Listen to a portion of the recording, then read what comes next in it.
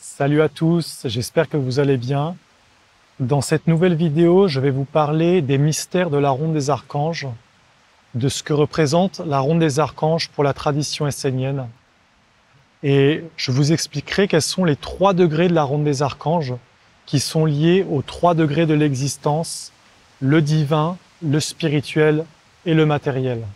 La vie, la lumière et tout ce qui existe prend sa source et son origine dans le monde divin.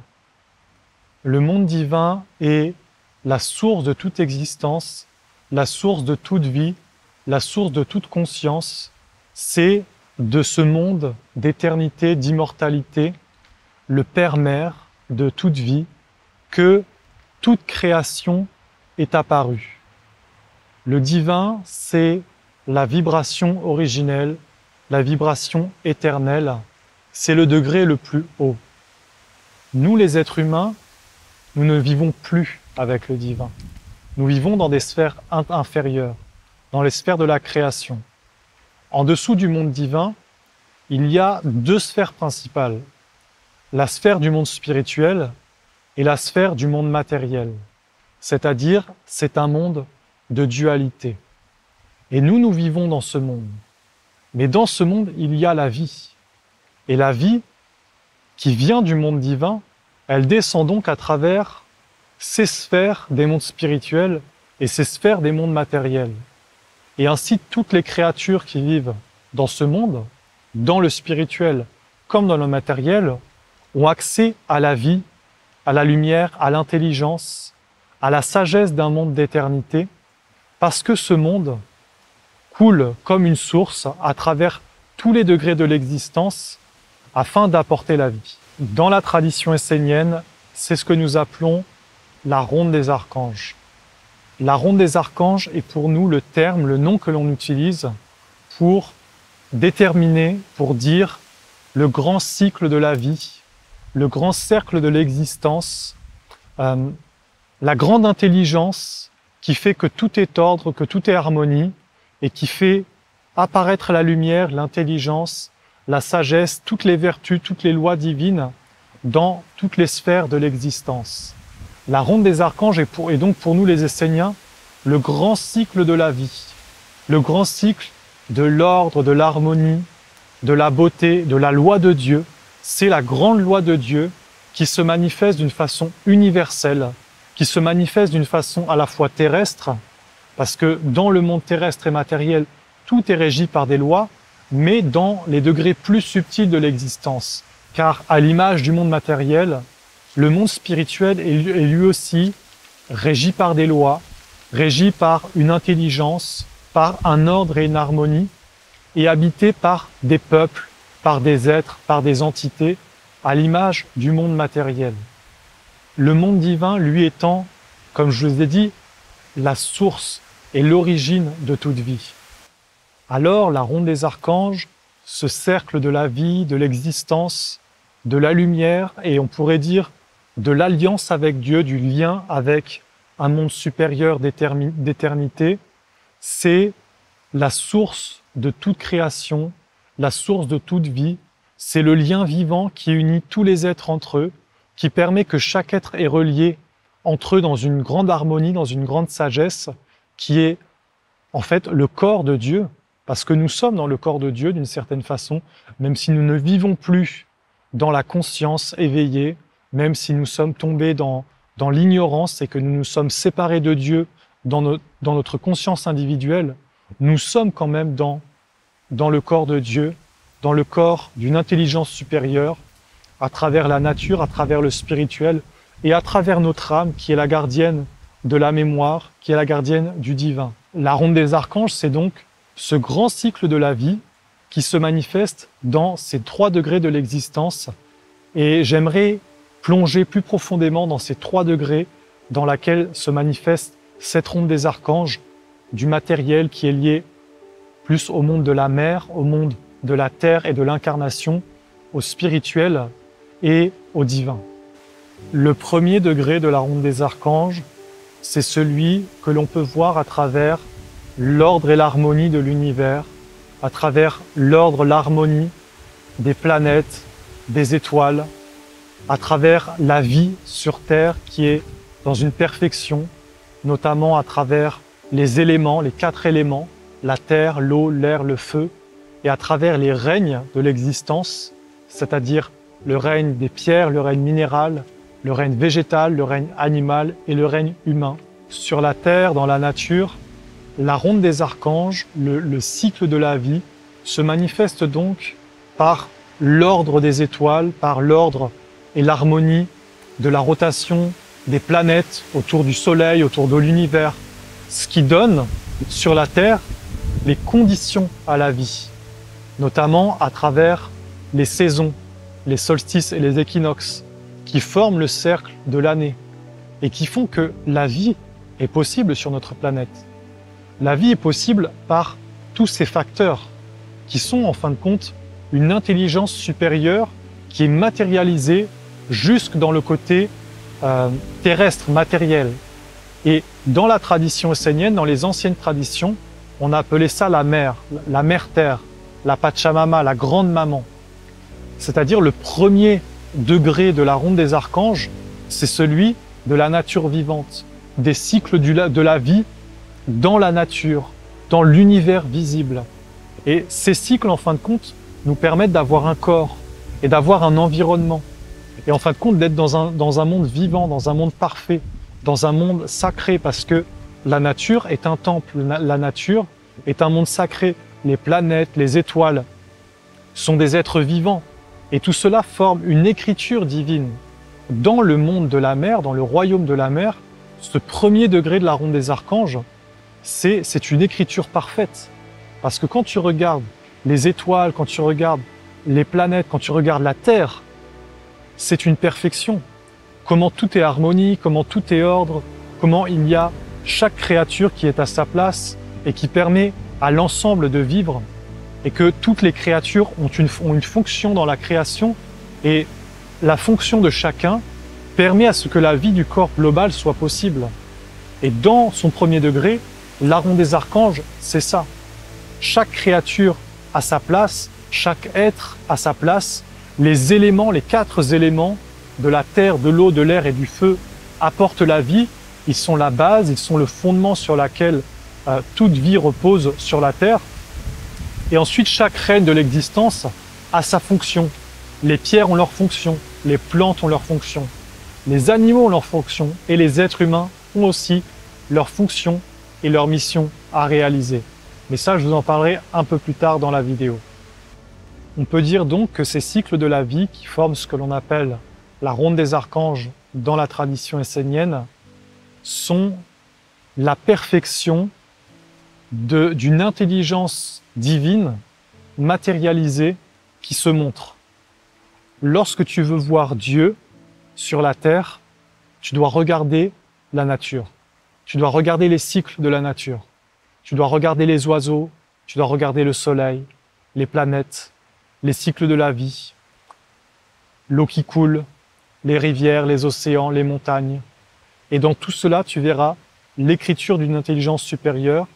Et si tu ouvres ton cœur et que tu te laisses enseigner par la mer, par la terre, tu verras que le cycle de l'année est un cycle de vie qui te permet d'avancer et d'aller vers le divin. Et que la mer, la nature vivante, la grande maman, elle veut que chaque créature aille sur un chemin d'évolution pour se rapprocher de son origine divine. La mer, elle est celle qui permet à l'homme d'aller vers le divin. Et c'est donc le premier degré de la ronde des archanges, donc de ce cercle de la vie divine, de la vie avec un monde supérieur. Le deuxième degré de la ronde des archanges est lié au monde spirituel, à la sphère des mondes spirituels, qui est donc la vibration quelque part au-dessus du monde matériel, qui est encore dans le monde de la mer, ce qu'on peut appeler le monde de la mer, mais qui est une vibration un peu supérieure. Pour nous, les êtres humains, le monde spirituel se manifeste de plusieurs façons, notamment à travers certains corps et certains organes de perception. Le monde spirituel commence avec le corps éthérique, qui est le corps de vie qui entoure le corps physique.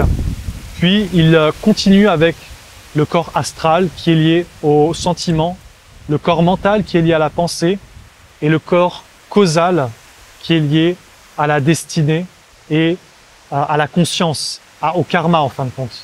Comme je vous l'ai déjà expliqué dans beaucoup d'autres vidéos, le monde spirituel est un monde aussi organisé, aussi structuré et vivant que le monde matériel.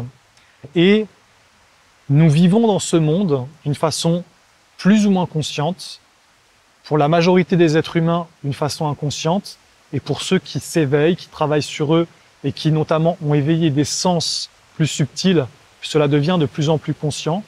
Et dans ce degré du monde spirituel, dans cette terre invisible, dans cette terre de magie, la ronde des archanges existe comme une réalité subtile qu'on appelle la terre de lumière. Cette terre de lumière est un mystère dont toutes les traditions ont parlé, dont toutes les écoles ésotériques et toutes les traditions anciennes ont parlé. On l'a appelée Shambhala, la terre sainte, la terre sacrée, la Jérusalem céleste, la nouvelle terre. C'est un monde dans le monde subtil qui est la mémoire du divin pour l'humanité.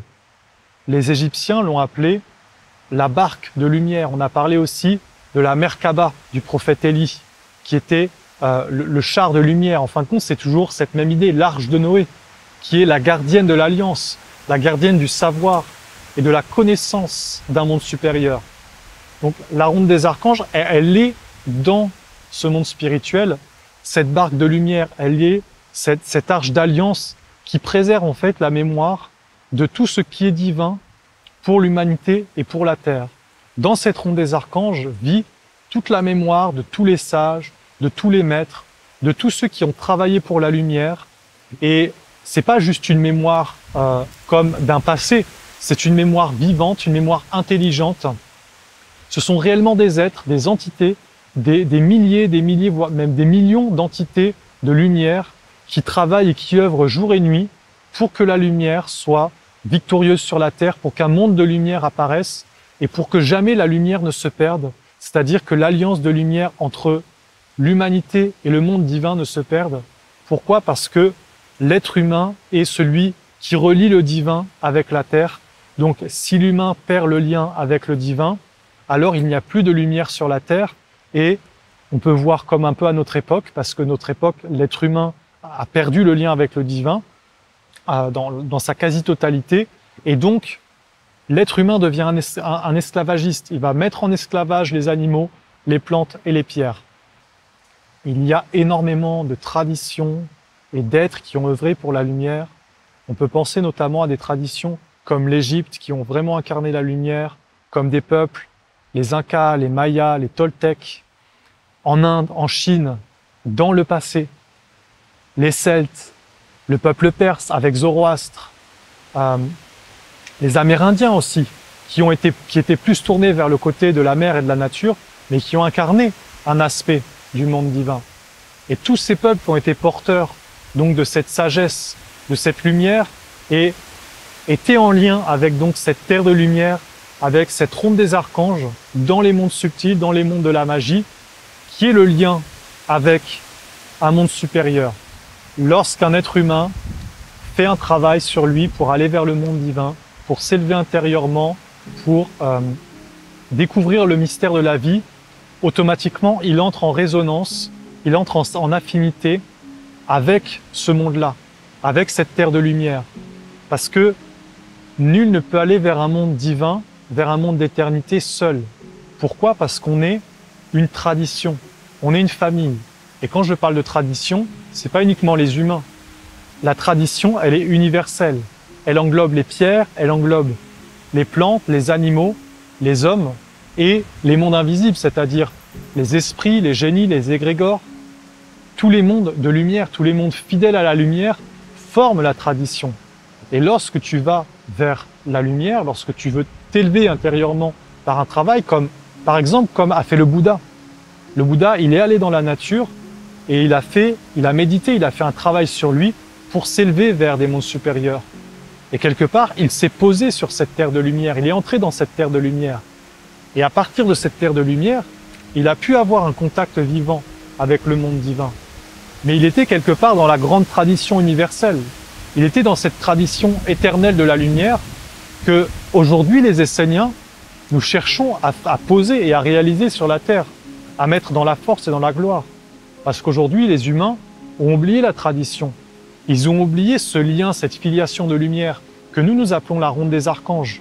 Parce que les archanges sont les lois, l'origine de la vie. Justement, le 3e degré, le 3e étage de la ronde des archanges, c'est le monde divin, c'est le monde de l'éternité. C'est le monde de l'immortalité. C'est-à-dire, c'est réellement un autre monde.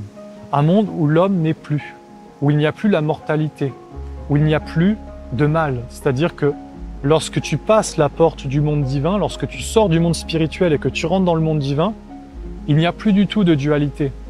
Il ne peut plus exister le mal. Il n'y a pas d'ange déchu, il n'y a pas d'être déchu dans la lumière. Il y a des êtres qui peuvent chuter. Un ange peut chuter et retourner quelque part dans l'incarnation. Mais il sort du monde divin. Il n'est plus avec le monde divin. Parce que dans le monde divin, c'est uniquement la lumière, c'est uniquement les vertus, c'est uniquement l'ordre, c'est uniquement la loi de Dieu, l'harmonie, c'est l'amour qui règne, c'est la beauté, c'est la perfection. Il n'y a aucune force sombre, aucune force ténébreuse, aucune force qui détruit, qui rend esclave. C'est vraiment le monde de Dieu, le monde de la perfection. Lorsqu'un être a retrouvé la grande tradition de la lumière, qu'il a retrouvé les mystères de la ronde des archanges d'une façon terrestre dans la ronde des archanges du monde de la mer, qu'il s'est éveillé dans la terre intérieure, dans la terre spirituelle, pour se poser sur cette terre de lumière, alors il y a une porte qui permet d'entrer dans le monde divin, qui est les vertus. Les vertus sont des portes qui ouvrent vers le monde divin, qui ouvrent vers les anges. Une vertu n'est pas un ange en lui-même, c'est quelque part le champ respiratoire de l'ange, c'est l'aura d'un ange. Un ange est beaucoup plus grand, beaucoup plus large, a une fonction beaucoup plus large dans la création, dans l'ordre et dans l'équilibre cosmique. Mais les vertus, et notamment la vertu que tu portes, est en fait une porte. Parce que chaque être humain porte une vertu fondamentale, une vertu particulière qui lui appartient. Lorsque tu développes cette vertu, que tu la fais grandir, alors tu peux entrer en fin de compte jusque dans ce monde d'éternité, dans ce monde d'immortalité. Et là, dans ce monde, tu es réellement dans un autre monde, c'est-à-dire c'est une nouvelle naissance.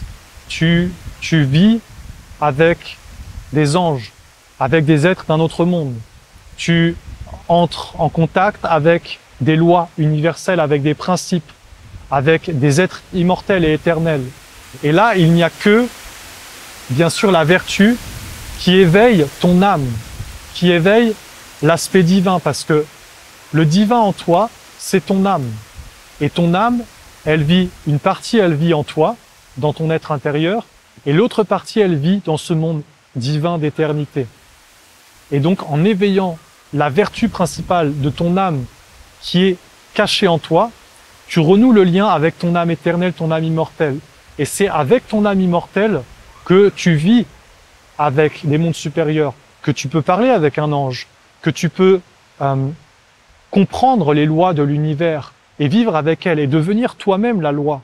Vivre dans la loi d'amour, vivre dans la loi de la paix, de la douceur, de l'intelligence et devenir jusque sur la terre un représentant du monde divin. La ronde des archanges, c'est-à-dire entrer dans le cycle de la vie, dans le cycle de l'élévation vers le monde divin, conduit à incarner l'être véritable que l'on est. Alors maintenant, vous pouvez comprendre que la ronde des archanges, c'est pas juste une petite fête, une petite célébration que nous, dans la tradition essénienne, nous célébrons tous les 3 mois.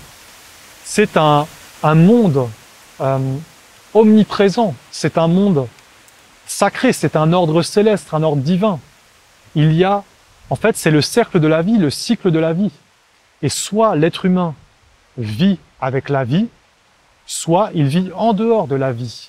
S'il vit en dehors de la vie, alors il perd son âme, alors il perd sa pensée, il perd son cœur, et il devient un être sec, un être sans âme, sans conscience individuelle, sans pensée, sans capacité de décider par lui-même. Il devient quelque part un esclave. Et c'est ce que l'on connaît aujourd'hui. Il faut comprendre que ces mystères de la ronde des archanges ont vraiment été connus de toutes les traditions. Et ils ont été représentés souvent sous la forme d'un cercle, d'une roue ou d'une croix.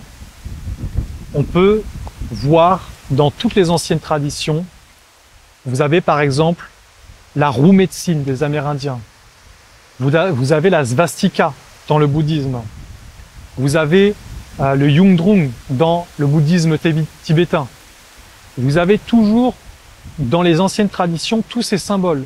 Le dharma, c'est-à-dire la roue du dharma. En Égypte, vous avez la croix en C. Et si vous regardez, ça a été encore repris par le christianisme. Parce que Jésus disait « porte ta croix ». Et ils ont repris ce symbole. Parce qu'en réalité, c'est ce mystère de la ronde des archanges. C'est-à-dire deux mondes qui se rencontrent. Le monde de la mère, qui est plutôt, on va dire, le côté de l'horizontalité, et le monde du Père, qui est la verticalité, le rayon.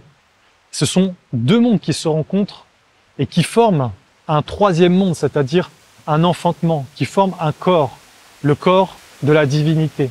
Ce savoir, cette connaissance, elle est universelle et que tous les êtres dans le passé, toutes les traditions véritables et authentiques, toutes les religions de la lumière, tous les sages ont apporté ce savoir et ont célébré ces mystères parce que derrière ces grands cycles de la vie que l'on peut voir d'une façon visible à travers les saisons, à travers le cycle de l'année, se manifestent donc des forces invisibles et éternelles que l'on appelle les archanges.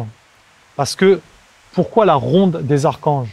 Parce qu'en fin de compte, les 4 archanges, qui sont les divinités des éléments, les divinités des saisons, c'est-à-dire la divinité du feu, la divinité de l'air, de l'eau et de la terre, ils sont les principes animateurs de toute vie. Ce sont eux, en fin de compte, qui amènent la vie jusque dans le côté matériel. Ce sont eux qui forment le corps de Dieu. Et nous vivons dans ce corps. Nous vivons dans ce corps des archanges. Que l'on le veuille ou non, on vit dans ce corps. On vit dans les lois du feu et de la lumière. On vit dans les lois de l'eau, dans les lois de l'air et de la terre. On vit dedans, qu'on en soit conscient ou non. C'est pour ça qu'on appelle cela, aujourd'hui dans la tradition essénienne, la ronde des archanges, le cercle de la vie. Parce que c'est en lien avec ces lois éternelles et immortelles. Les archanges sont les lois éternelles et immortelles. Et dans la tradition essénienne, aujourd'hui, nous célébrons donc les rondes des archanges au solstice et équinoxe. Parce que, comme je vous le disais au début, c'est connu depuis des millénaires, les solstices et équinoxes sont des portes magiques, sont des portes sacrées, dans lesquelles il peut y avoir une communication, un lien avec ces mondes de l'éternité, dans lequel il est possible d'établir donc ce lien avec le monde des dieux, des anges, des archanges et le monde terrestre de l'homme dans le monde de l'incarnation, et l'homme étant l'intermédiaire qui va faire apporter cette lumière à tous les autres règnes de la création. Donc nous célébrons la vie, nous célébrons l'alliance avec le monde divin à travers la ronde des archanges au solstice équinoxe, aux 4 saisons, lorsque commence l'automne, l'hiver, le printemps et l'été, nous célébrons les 4 archanges. L'archange Michael, l'archange du feu qui est célébré à l'équinoxe d'automne. L'archange Gabriel est lié à l'élément de l'eau qui est célébré au solstice d'hiver. L'archange Raphaël est lié à l'élément de l'air qui est célébré à l'équinoxe de printemps. Et l'archange Uriel est lié à l'élément de la terre qui est célébré au solstice d'été. Et donc à travers ces célébrations, c'est une science sacrée parce que ces célébrations ont été révélées par une alliance avec les archanges. Les archanges, dans l'alliance qu'ils ont fait, qu'ils ont renouvelée avec la nation essénienne, ils ont dit « Vous devez, à l'image de vos ancêtres, célébrer les 4 saisons, célébrer les 4 éléments, célébrer les 4 points cardinaux de la vie, les 4 moments de l'année où nous, les mondes supérieurs, nous nous approchons et nous allons venir vous donner des enseignements, vous montrer comment l'être humain doit vivre dans la lumière, dans la sagesse, dans l'intelligence. » Donc la ronde des archanges, c'est bien sûr 4 grands événements qui sont des événements d'une alliance, d'un peuple avec un monde d'éternité. Mais c'est plus que ça encore parce que ce monde d'éternité enseigne l'homme, le guide et le conduit à devenir sur la terre un fils de la lumière, un être qui manifeste réellement le divin. Alors, c'est toute l'année qui devient le cercle du travail, le cercle de la manifestation du divin. Et pour les Esséniens, la ronde des archanges, c'est vraiment le cercle de l'année. Et toute l'année est un moment où on travaille, un cercle de célébration, un cercle de transformation, où l'homme doit apprendre à travailler sur lui, à se former des corps, à devenir un être stable, un être vertueux, un être capable de porter la lumière sur la terre, capable de la réaliser, capable de mettre au monde le divin. Le but suprême étant quelque part de sortir du cycle de l'incarnation, de ne plus être perpétuellement dans le cycle de revenir sur la terre comme un être inconscient, mais de s'éveiller de vie en vie pour pouvoir entrer dans le règne supérieur qui est celui de l'ange. Le fond de la ronde des archanges et de ce que veut un monde supérieur, de ce que le Père et la Mère attendent de chaque créature, pas uniquement de l'être humain, mais de chaque créature, c'est l'évolution. Donc d'entrer dans un degré d'évolution supérieure. Pour l'homme, le degré supérieur de l'évolution, c'est de devenir un ange. Pour l'animal, c'est de devenir un homme. Pour la plante, c'est de devenir un animal. Et pour la pierre, c'est de devenir une plante. C'est-à-dire, c'est le cycle de l'évolution. Et dans les mondes supérieurs, il y a encore cette évolution. Un ange aspire à devenir un archange. Et un archange aspire à devenir un dieu, afin de retourner vers la source. Le but suprême et ultime est de se fusionner avec le Père-Mère, la source de toute vie, avec la maison de Dieu, l'origine éternelle, immortelle de toute création, de toute vie. Alors aujourd'hui, cette ronde des archanges, elle existe toujours sur la terre par l'œuvre de la nation essénienne. Parce que la nation essénienne est donc un peuple d'âmes qui est issu de cette grande tradition de la lumière, qui a pour mission de maintenir l'alliance avec le divin, qui a pour mission d'ouvrir ce chemin pour l'humanité tout entière. C'est à l'image des ancêtres, à l'image des anciens peuples, à l'image des grands maîtres qui ont porté l'alliance de lumière sur la terre pendant des générations et pendant des siècles. La nation essénienne aujourd'hui est la porteuse de ce savoir, de cette science, de ce mystère. Et à travers l'école de la nation essénienne sont formés des êtres, des initiés, jusqu'à devenir des maîtres pour que ce savoir continue, parce que c'est le destin de l'humanité, c'est son avenir, son futur, que d'aller vers la lumière et que de faire apparaître un monde de lumière. Cette vidéo est assez dense, assez complète, mais je voulais vous donner vraiment un aspect global de ce qu'est la ronde des archanges, que vous ne soyez pas dans un concept limité lorsque vous entendez ce mot, mais que vous soyez dans une vision véritable, dans une vision large et universelle, que la ronde des archanges n'appartient à aucun homme, qu'elle n'est pas quelque chose d'humain, elle est le grand cycle de la vie avec lequel l'être humain doit s'harmoniser, dans lequel l'être humain doit entrer de façon à être en accord avec l'intelligence de Dieu le Père et l'intelligence de Dieu la Mère. Ainsi, tout est en ordre parce que la mission de l'être humain, c'est donc d'apporter sur la terre le divin et de construire un corps à la divinité, de façon à ce que toutes les créatures puissent y avoir accès, les créatures des mondes visibles et invisibles, parce que l'homme est la porte de la lumière sur la terre. Si la porte est fermée, alors c'est les ténèbres. Et aujourd'hui, je peux vous dire que les ténèbres sont vraiment de plus en plus puissantes. Et demain, si il y a suffisamment d'êtres humains qui deviennent des portes de la lumière sur la terre, alors la lumière sera dans la grandeur, elle sera dans la force.